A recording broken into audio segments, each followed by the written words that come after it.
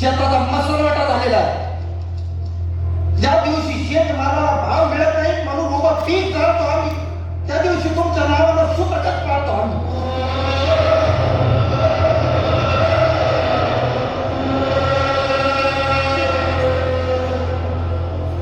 आता जरी विचार करा, नाहीतर 1 किलो गव्हासाठी तुम्ही 1 दिवस देश गहाण ठेवलेला असेल.